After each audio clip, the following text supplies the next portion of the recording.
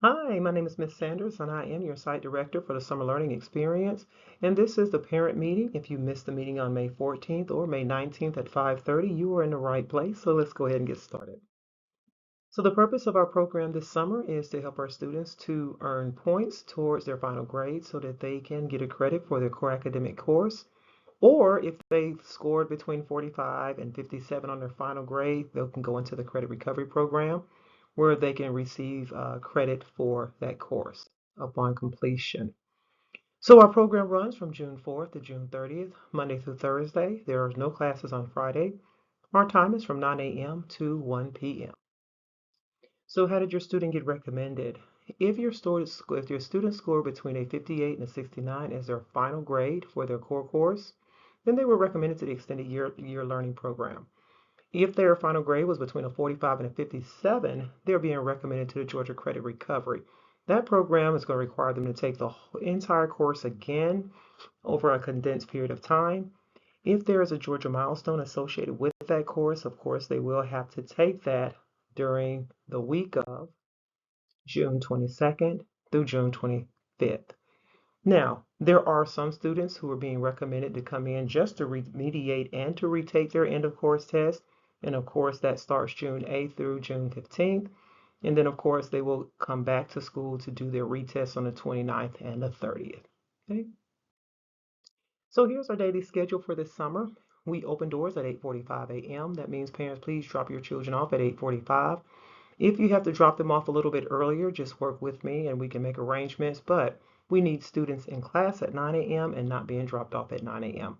Classes end at 1 p.m. There are two scheduled breaks, and we ask that parents, you have your students picked up no later than 1:15. This is a general layout of what our classes are going to look like. We start again at 8:45 opening doors. They should be in class ready to work at 9 a.m. After the first class, there is a 15-minute break before they go to their second class. It starts at 10:30. And then, of course, after that class, there's another break for 15 minutes, and then they go into their third session. This third session is an hour. It's about 10 minutes shorter than the other two sessions. And then, of course, at 1 o'clock, we dismiss. Let's talk little bit about the extended year learning program, the point recovery process. So each day of completed work assigned by a teacher, a student can earn 1 point. Now, that 1 point could be adjusted to half a point depending on how much work they finish, but the goal and the intent is for the student to be eligible to earn at least 1 point per day. So some of your students have two or maybe even three courses that they're taking. So per class, not per day, per class, per day. Make sure we make that clear. So if they're taking algebra, if they come and do their work for algebra every day, they should be eligible to receive 1 point. They have algebra and ELA. Those are two separate classes. If they're coming to both of those classes every day, they should be earning 1 point. But again, that value could be adjusted depending on how much they're getting accomplished. So we'll talk about that with the individual teacher if the need arises.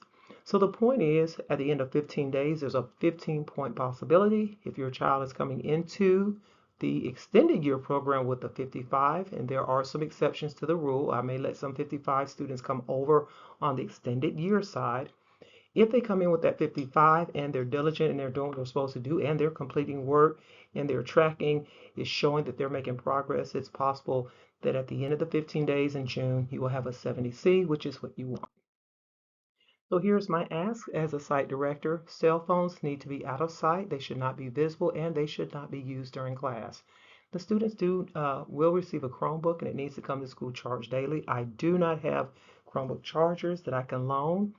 I do ask again, parents, to have your children here on time and talk to them about the importance of staying focused. We need to minimize that random socialization that's going to go on in class because, again, classes are only an hour and 10 minutes, and the last class is an hour, and it's very imperative that they're able to stay on task and finish their assignments as given. You're going to receive a memorandum of agreement, which is a behavior contract of what we expect of your students. But we do ask that your students understand that you're on site to learn. So whatever directions you're given by the building administrator, myself, or teachers or staff, we do ask that you encourage your students to be cooperative. We're discouraging skipping. There is no skipping in classes. There is no skipping to the restroom. Excessive tardies, excessive absences, leaving the approved summer school area, all those things could lead to disciplinary action and or removal from the program. We also want to bring attention to the language. I do understand with this generation, um, they're a little bit more comfortable using profanity and abusive language with one another, and in some cases towards adults. That is not allowed in this program. Even if it's peer-to-peer discussions, it is not okay for students to use profanity and any type of abusive language, even when they're talking to their peers. It should not be in earshot of any adult. So please make sure you talk to them about watching their language and the things that they're saying, especially when adults are around, or we can be in earshot of that conversation.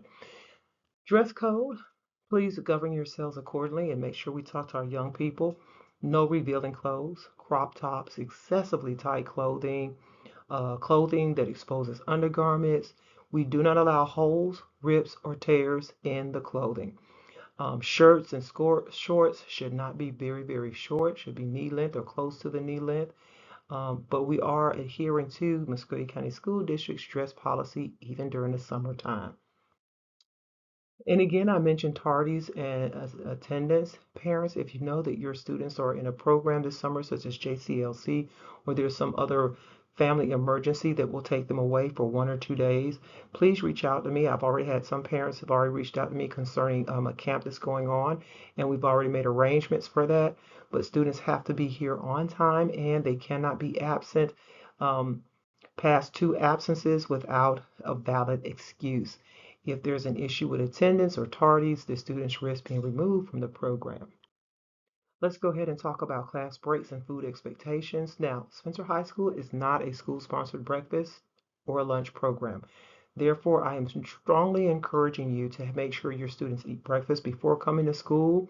They can even pack a lunch in a lunch box or sack if they want to bring that with them for their 15-minute breaks.